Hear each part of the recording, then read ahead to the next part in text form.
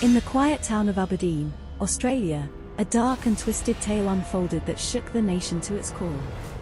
This is the story of Katherine Knight, a woman whose name would become synonymous with unspeakable horror.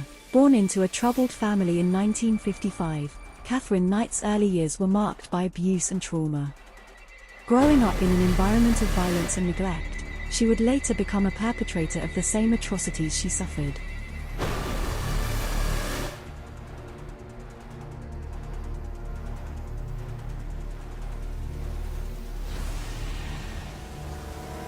She was just evil. She could switch on and off so quickly. It was just that explosive anger which would come out to the extreme.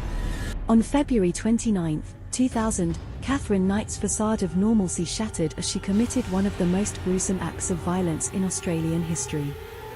While John Price slept, Knight viciously attacked him with a butcher knife, stabbing him repeatedly. She took a sort of malevolent pleasure in death.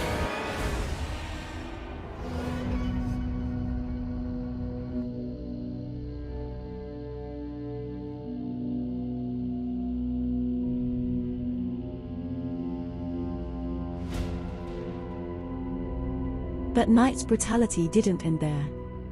In a twisted act of depravity, she proceeded to skin Price's body, decapitate him, and even attempted to cook parts of his flesh.